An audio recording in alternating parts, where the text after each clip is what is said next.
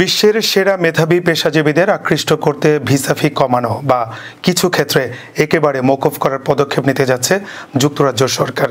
যুক্তরাষ্ট্র যেখানে সম্প্রতি ভিসা ফি বাড়ানোর ঘোষণা দিয়েছে, সেখানে লন্ডনের এই উদ্যোগ নিয়ে আন্তর্জাতিক মহলে ইতিমধ্যে আলোচনার ঝড় উঠেছে।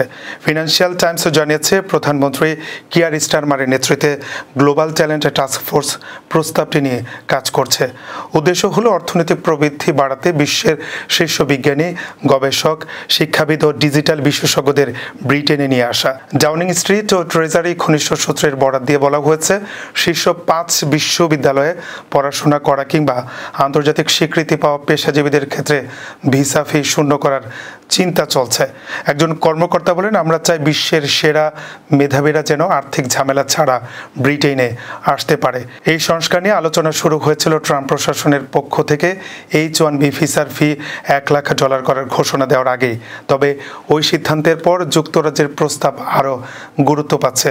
গ্লোবাল ট্যালেন্ট টাস্ক ফোর্সের নেতৃত্বে আছেন ব্যবসায়িক উপদেষ্টা বরুণ চন্দ্র ও বিজ্ঞানমন্ত্রী লর্ড প্যাট্রিক ভ্যালেন্স।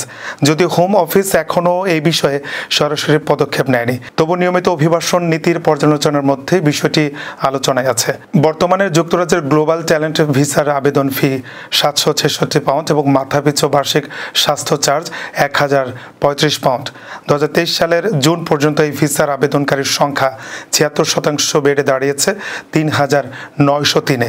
শিক্ষাবিদ ও গবেষকদের মতে, প্রতিযোগিতামূলক হতে হলে ব্রিটেনকে ভিসা প্রক্রিয়া সহজ করতে হবে এবং খরচ কমাতে হবে। ইউনিভার্সিটিজ UK ইন্টারন্যাশনালের পরিচালক জেমি স্মিথ বলেন, বিশ্বমানের প্রতিভা আকৃষ্ট করতে শুধু তহবিল নয়, স্বচ্ছ ও সহজ অভিবাসন ব্যবস্থারও দরকার আছে।